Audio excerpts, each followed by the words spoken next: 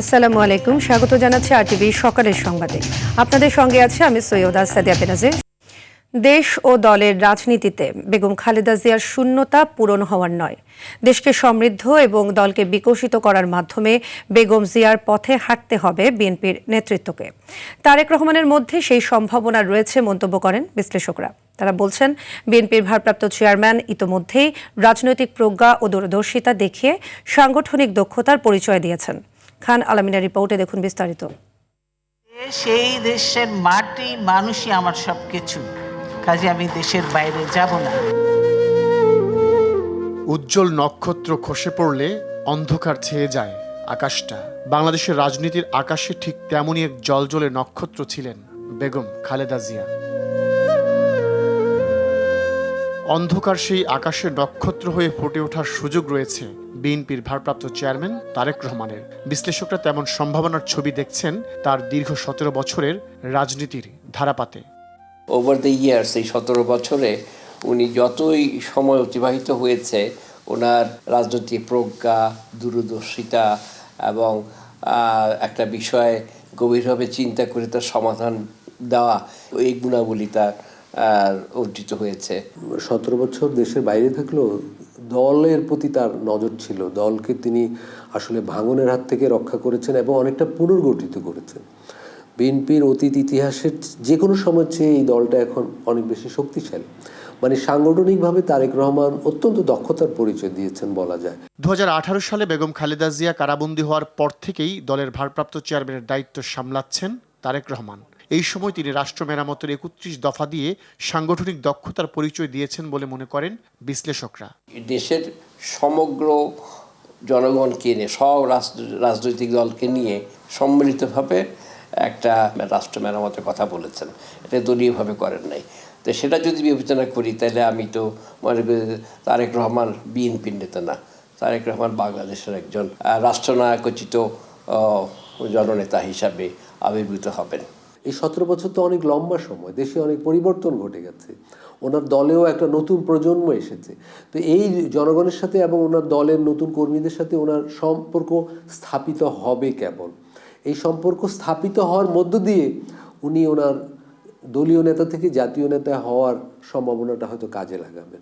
বিগত 1.5 বছরের অনলাইন কিংবা অফলাইনে যেসব বয়ান উপস্থাপন করেছেন তারেক রহমান, সেসবের মাধ্যমে তার ইতিবাচক চরিত্র নির্মিত হয়েছে বলে মনে করেন তারা। তারেক রহমান যখনই যত বক্তৃতা দিয়েছেন, আমি কোনো সময় ওনাকে দেখি নাই উনি বিপক্ষ মতাদর্শের কোনো রাজনীতিক সম্বন্ধে কোনো রকম বিরূপ মন্তব্য করেছেন। That is a unique achievement. Tarique রহমানও এখন পর্যন্ত অনলাইনে যেসব ভাষণ দিয়েছেন বা বাংলাদেশে এসে যে 2-3টা বক্তব্য রেখেছেন, এখন উনি ব্যক্তিগতভাবে কোনো প্রতিপক্ষকে আক্রমণ করেন। এগুলো বাংলাদেশে খুব প্রয়োজন। আমাদের রাজনৈতিক সংস্কৃতিটা পাল্টানো প্রয়োজন। আগামী জাতীয় নির্বাচন একটি শুভলগ্ন শুরুর সম্ভাবনার পথ তৈরি করেছে মন্তব্য করে বিশ্লেষকরা বলেন, রাজনীতিবিদরা সেখানে ব্যর্থ হলে সংকট আরও ঘনীভূত হবে। এটা অনন্য সাধারণ একটা। খান আলামিন, আরটিভি, ঢাকা। নারী পুরুষ নির্বিশেষে সর্বস্তরের জনগণের শ্রদ্ধা ও ভালোবাসায় সিক্ত হচ্ছেন সাবেক প্রধানমন্ত্রী ও বিএনপি চেয়ারপারসন বেগম খালেদা জিয়া। সাবেক রাষ্ট্রপতি শহীদ জিয়াউর রহমানের কবরের পাশে জিয়া উদ্যানে বেগম খালেদা জিয়ার কবর এক নজর দেখতে আসছেন অনেক মানুষ। বেগম জিয়ার কবর প্রাঙ্গণে দলীয় নেতাকর্মীর পাশাপাশি সাধারণ মানুষের ঢল দেখা যায়। নেতাকর্মী, শুভাকাঙ্ক্ষী এবং সাধারণ মানুষ কবরে ফুল দিয়ে শ্রদ্ধা নিবেদন করছেন। কেউ কবর জিয়ারত ও দোয়া এবং মোনাজাতে অংশগ্রহণ করছেন।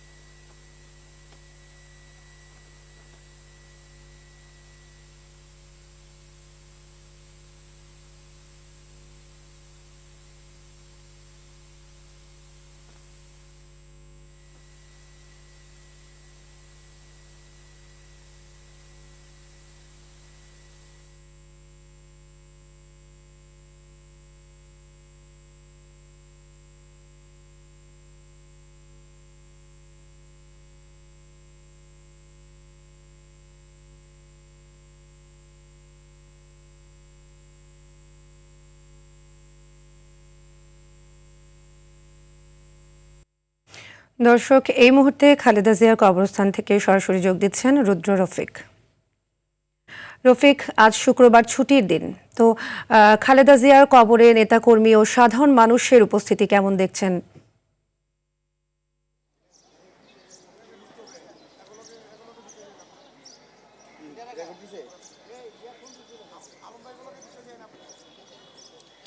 সাদিয়া, প্রচণ্ড শীতকে উপেক্ষা করে সাধারণ মানুষ দলে দলে আসলে ছুটে আসছেন বেগম জিয়ার সমাধিতে।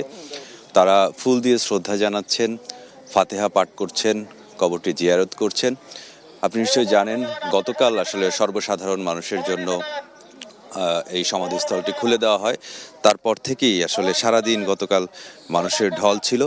আজকে খুব সকাল থেকেই নেতাকর্মীরা আসছেন। বেগম খালেদা জিয়ার প্রতি সাধারণ মানুষের যে ভালোবাসা, সেই ভালোবাসাটি কিন্তু তারা প্রকাশ করছেন। শুধু যে দলের নেতাকর্মী আসছেন তা নয়, একেবারেই সাধারণ মানুষ যারা আসলে কোনো ধরনের রাজনীতির সঙ্গে জড়িত নয়, তারাও আসছেন। সকালে সমাধিস্থলটি সর্বসাধারণের জন্য উন্মুক্ত ছিল, তবে কিছুক্ষণ আগে সমাধিস্থলের থেকে সাধারণ মানুষকে আসলে এখান থেকে সরিয়ে দেওয়া হয় সমাধিস্থলটি পরিষ্কার করার জন্য, যেটি আইন শৃঙ্খলা রক্ষাকারী বাহিনীর সদস্যরা আমাদেরকে জানিয়েছেন। আপনি নিশ্চয়ই দেখতে পাচ্ছেন কিছু মানুষ তারা দোয়া করলেন এবং বেগম খালেদা জিয়ার বিদেহী আত্মার মাগফিরাত কামনা করছেন। এছাড়াও কিন্তু আজকে সারাদিনই আমরা যেটি জানতে পেরেছি, বিভিন্ন সংগঠনের পক্ষ থেকে কিন্তু নেতাকর্মীরা আসবেন এবং তারা বেগম খালেদা জিয়ার সমাধিতে শ্রদ্ধা জানাবেন এবং কবর জিয়ারত করবেন। এছাড়াও দলের পক্ষ থেকে আজ সারা দেশেই জুমা নামাজের পর দোয়া মাহফিলের আয়োজন করা হয়েছে। এছাড়াও বিএনপির পক্ষ থেকে একটি দোয়া ও মিলাদের আয়োজন রয়েছে বিকেলে বাদ আসর গুলশানে আজাদ মসজিদে। সেখানে বিএনপির মহাসচিব মির্জা ফখরুল ইসলাম আলমগীর সহ অন্যান্য কেন্দ্রীয় নেতারা কিন্তু উপস্থিত থাকবেন। তো সব মিলিয়ে আমরা যেটি দেখেছি, এখন জিয়া উদ্যানের প্রধান সড়কে অসংখ্য মানুষ অপেক্ষা করছে। সমাধি চত্বরটি পরিষ্কার পরিচ্ছন্নতার পরেই আপনি নিশ্চয়ই দেখতে পাচ্ছেন পরিষ্কার পরিচ্ছন্নতার কার্যক্রম কিন্তু চলছে। তারপরেই আসলে সর্বসাধারণের জন্য একেবারেই আগের মতো উন্মুক্ত করে দেওয়া হবে। আইন শৃঙ্খলা রক্ষাকারী বাহিনীর সদস্যরা কিন্তু তেমনটি আমাদেরকে জানিয়েছেন। তো সব মিলিয়ে যদি বলি, এখন জিয়া উদ্যানের যে পরিস্থিতি, অসংখ্য মানুষ অপেক্ষা করছে এবং কিছু মানুষ প্রবেশও করেছে এবং সারাদিনই কিন্তু সাধারণ মানুষ এখানে আসবেন। বিভিন্ন দলের পক্ষ থেকে, সংগঠনের পক্ষ থেকে কিন্তু বেগম জিয়াকে শ্রদ্ধা জানাবেন। সাদিয়া। ধন্যবাদ রফিক। রাজনৈতিক স্থিতিশীলতা ও গণতান্ত্রিক সরকার ছাড়া ব্যবসা বাণিজ্য সহ সার্বিক অগ্রগতি সম্ভব নয় বলে মনে করেন উদ্যোক্তা ও অর্থনীতিবিদরা। শিল্পের উন্নয়নে অভ্যন্তরীণ কাঁচামালের দিকে মনোযোগ দেওয়ার তাগিদ দিয়ে প্রাতিষ্ঠানিক সংস্কারের বিষয়টি নির্বাচনী ইশতেহারে রাখতে রাজনৈতিক দলগুলোর প্রতি আহ্বান জানান তারা। তৌহিদুর রহমানের রিপোর্টে দেখুন বিস্তারিত। বিগত আওয়ামী সরকারের রেখে যাওয়া অব্যবস্থাপনা রোধে অন্তর্বর্তী সরকার নানা সংস্কার ও ব্যবসা বাণিজ্যের নীতি সহায়তা দিয়ে আসছে। তবুও মূল্যস্ফীতি ও ডলারের বিনিময় হার নিয়ে চাপ রয়ে গেছে। বাণিজ্য ঘাটতি কাটানো, কর্মসংস্থান সৃষ্টি এখনো বড় চ্যালেঞ্জ। ফলে প্রবৃদ্ধি কিছুটা নেমে গেছে, বেড়েছে মূল্যস্ফীতি। যদিও বিশ্বব্যাংক বলছে অর্থবছরের শেষ নাগাদ জিডিপি প্রবৃদ্ধি বাড়বে।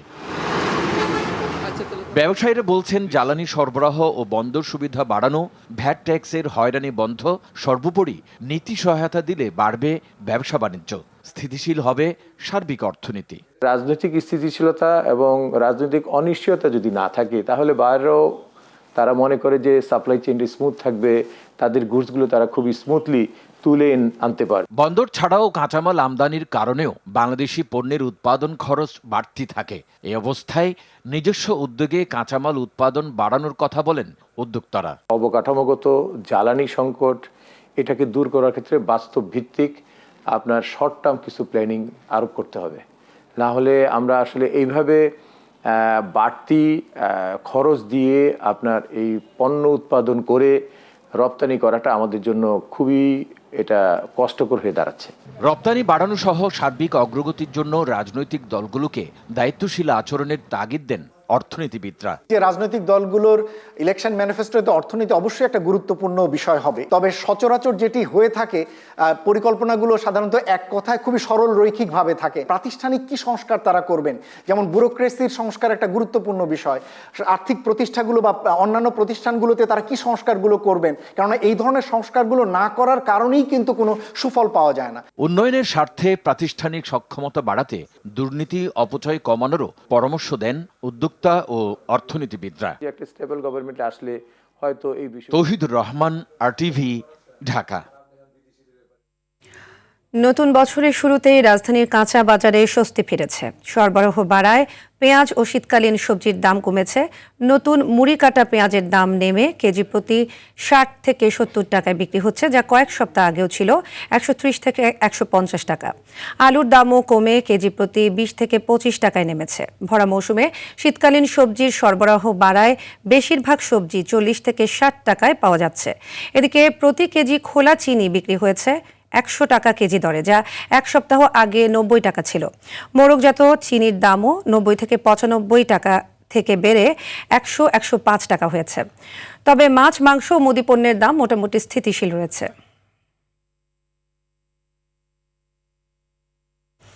দর্শক, এই মুহূর্তে রাজধানীর কারওয়ান বাজার থেকে সরাসরি যুক্ত হচ্ছেন সহকর্মী আব্দুর রহিম। রহিম, বাজারে সবজির সরবরাহ কেমন দেখছেন? আর অন্যান্য মুদি পণ্যের দাম মোটামুটি স্থিতিশীল থাকলেও চিনির দাম বাড়ার কারণ কি হিসেবে কি বলছেন বিক্রেতারা?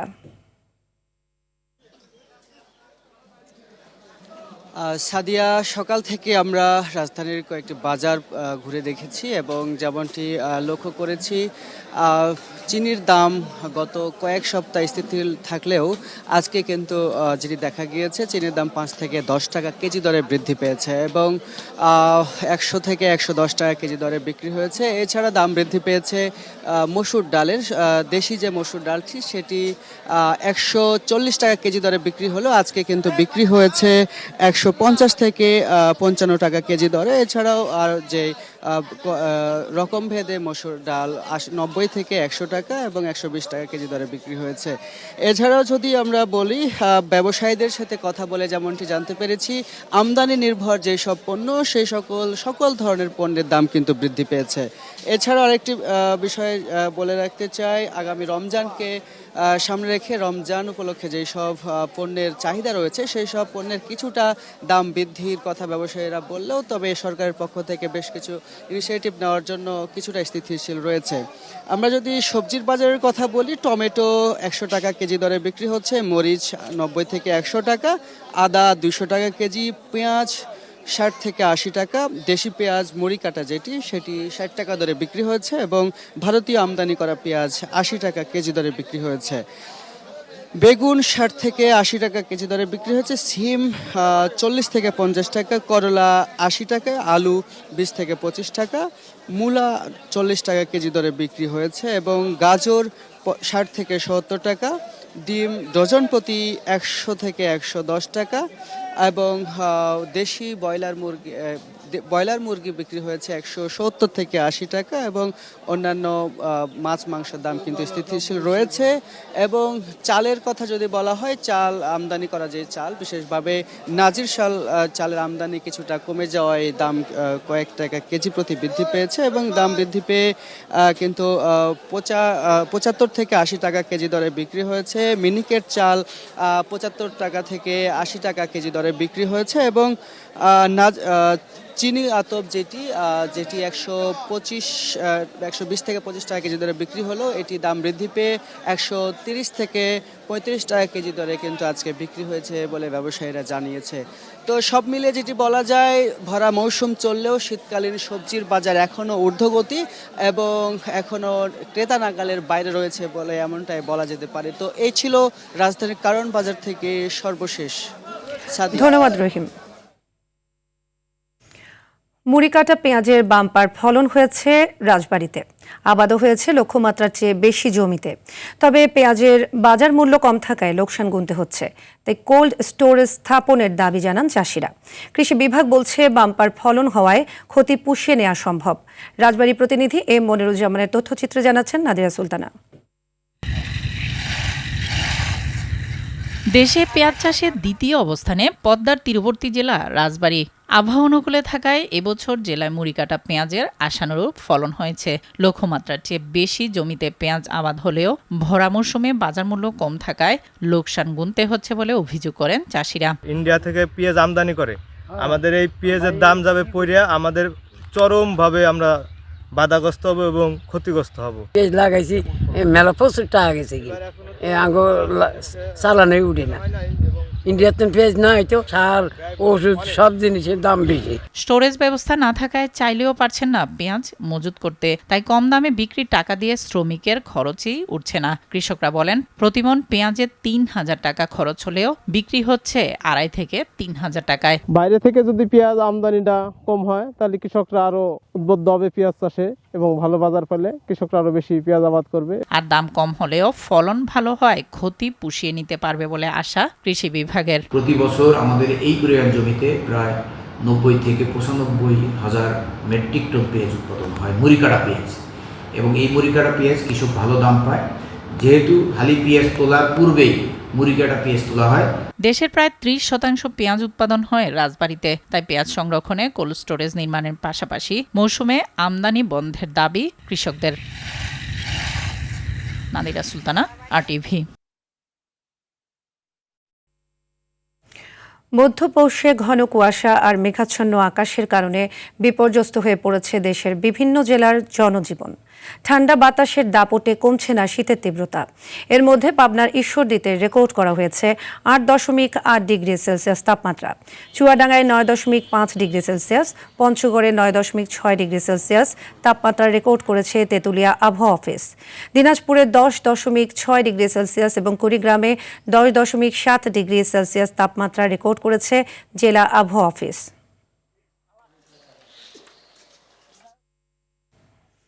এই মুহূর্তে উত্তর কুড়িগ্রাম থেকে যুক্ত হচ্ছেন সহকর্মী আব্দুল কুদ্দুস চঞ্চল।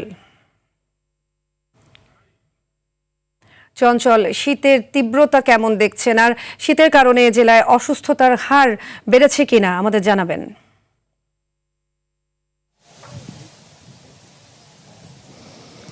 ছাদিয়ে একটি পরিসংখ্যান দিয়ে রাখছি যে কুড়িগ্রামে আজকে সকাল ৬টায় কিন্তু এই জেলার তাপমাত্রা রেকর্ড করা হয়েছে 10.৭ ডিগ্রি সেলসিয়াস।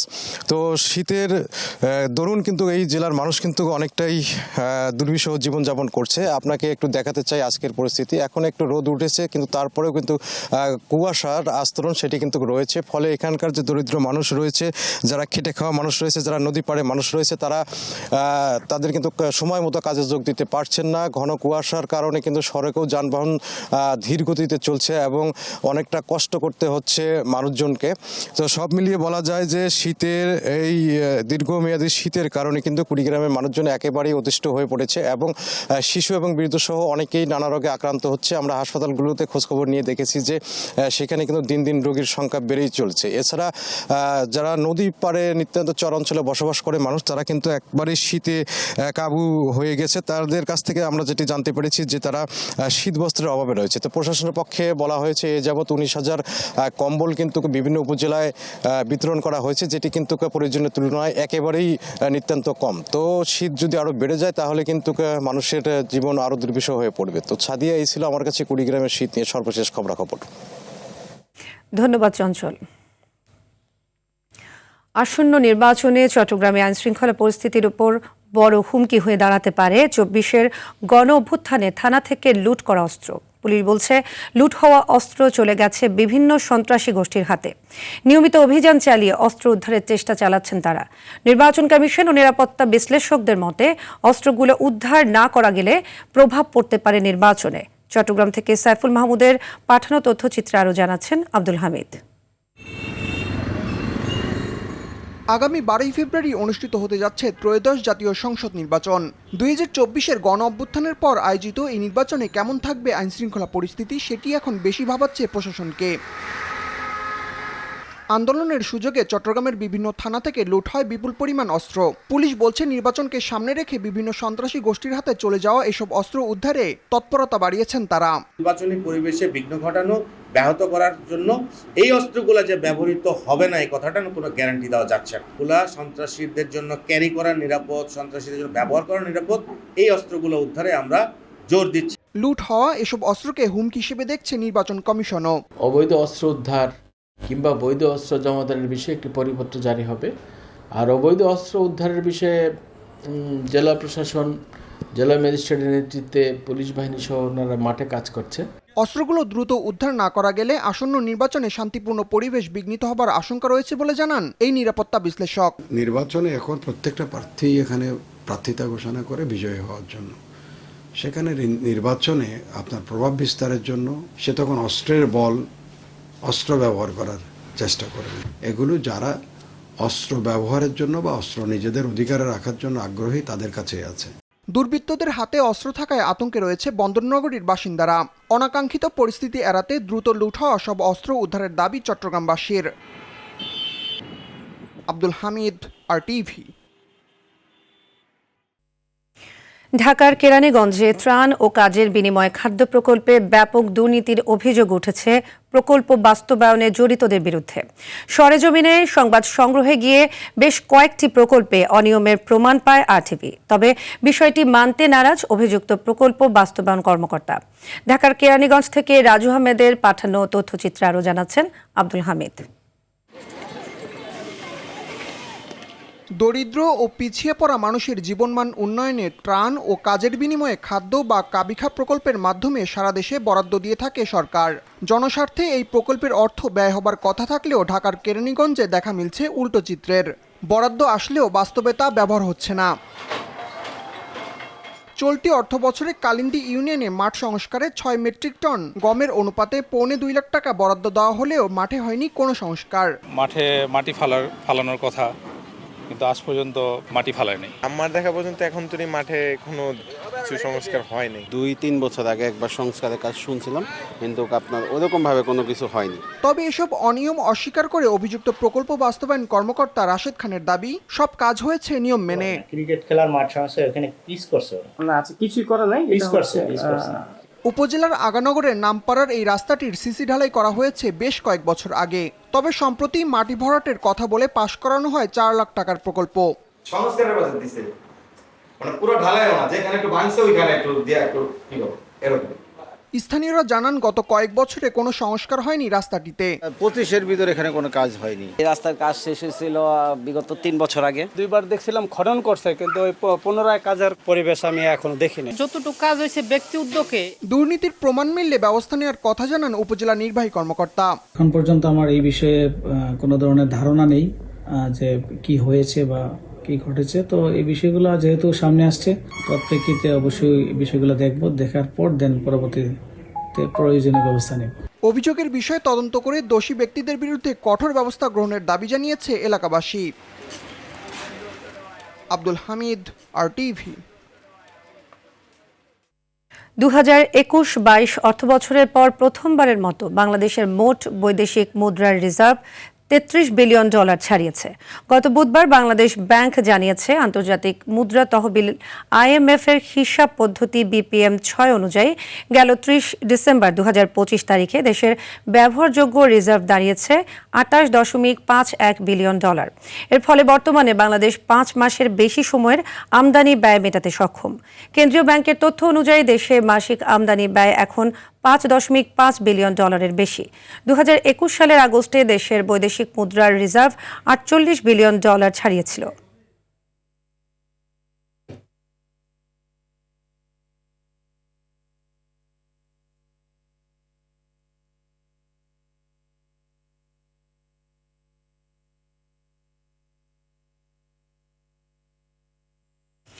সকালের সংবাদ এ পর্যন্তই। মধ্যাহ্নের সংবাদ দুপুর 12টায় দেখার আমন্ত্রণ রইল। ধন্যবাদ সবাইকে।